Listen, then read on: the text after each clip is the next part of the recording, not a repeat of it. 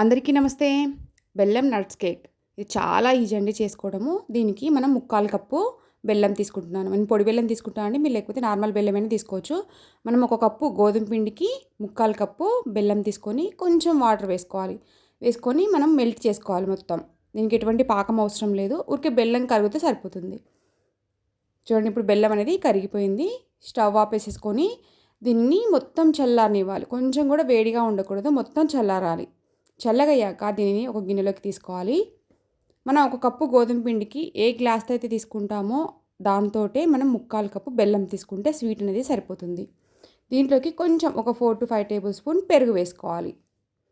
పెరుగు ఈ బెల్లం పాకం మొత్తం కలిసేలాగా కలిపేసుకోవాలి. తర్వాత ఇందులోకి 4 టేబుల్ స్పూను నెయ్యి వేసుకోవాలి. ఒకవేళ మీకు నెయ్యి ఇష్టం లేదు అనుకుంటే ఆయిల్ అయినా వేసుకోవచ్చు. ఇలాగ నెయ్యి కూడా మొత్తం కలిసిపోయేలాగా కలుపుకోవాలి.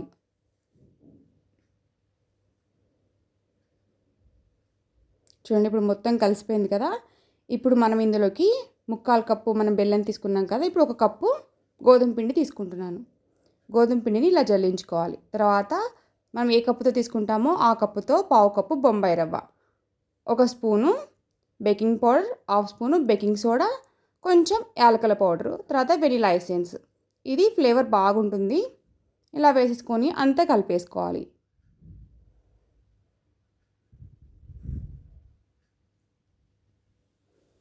ఉండలు లేకుండా మొత్తం కలుపుకోవాలి. ఇలా కలుపుకున్న తర్వాత మనం కొంచెం పాలు వేసుకుంటే కలుపుకోవాలి. ఇంకోటి ఇక్కడ మనం గుర్తుపెట్టుకోవాల్సిన విషయం ఏంటంటే, పాలు అనేది అస్సలు వేడిగా ఉండకూడదు, గోరువెచ్చగా కూడా ఉండకూడదు, చల్లగా ఉండాలి. అప్పుడే కేక్ అనేది చాలా పర్ఫెక్ట్గా వస్తుంది.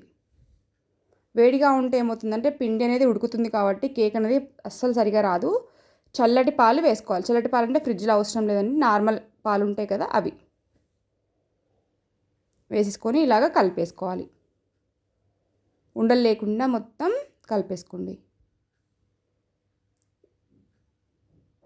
మనం కొంచెం పాలు వేసుకుంటే కలుపుకోవాలి. ఒకటేసారి ఎక్కువ వేసుకుంటే మనకి జార్ అయ్యే ఛాన్స్ ఉంటుంది కదా, అందుకని కొంచెం పాలు వేసుకుంటే కలుపుకోవాలి.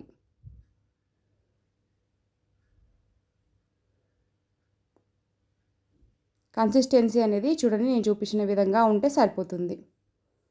రిబ్బన్ కన్సిస్టెన్సీ రావాలి, అంతకంటే ఎక్కువ జారుగా ఉండకూడదు.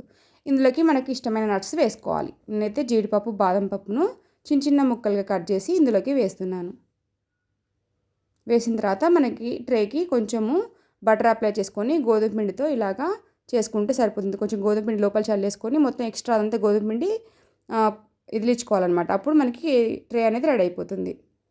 తర్వాత ఇందులోకి ట్రాన్స్ఫర్ చేసుకొని ఒకసారి ఇలా ట్యాప్ చేసేసుకొని మళ్ళీ పైన కూడా డ్రై ఫ్రూట్స్ వేసేసుకోవాలి.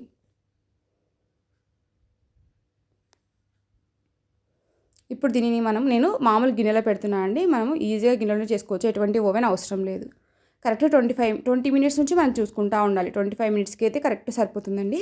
చూడండి, ఇలాగ మనం చాక్ పెడితే చాక్ కతుక్కుంటే సరిపోతుంది. చల్లారిన తర్వాత ఇలాగా తీసేసుకొని సర్వ్ చేసుకోవడమే. చూడండి ఎంత మంచిగా వచ్చిందో, స్పాంజీగా. పెద్దవాళ్ళు కూడా చాలా ఇష్టంగా తింటారు. అంటే షుగర్ పేషెంట్స్ ఉంటారు కదా, వాళ్ళకు కూడా ఎటువంటి టెన్షన్ లేకుండా మనం ఇలాగా కేక్ తయారు చేసి పెట్టవచ్చు. పిల్లలకి స్నాక్స్ బాక్స్లోకి కూడా పెట్టొచ్చండి, చాలా ఇష్టంగా తింటారు. ఒకసారి ట్రై చేయండి. చూడండి ఎంత మంచిగా వచ్చిందో. Thank you for watching. Please support my channel. By.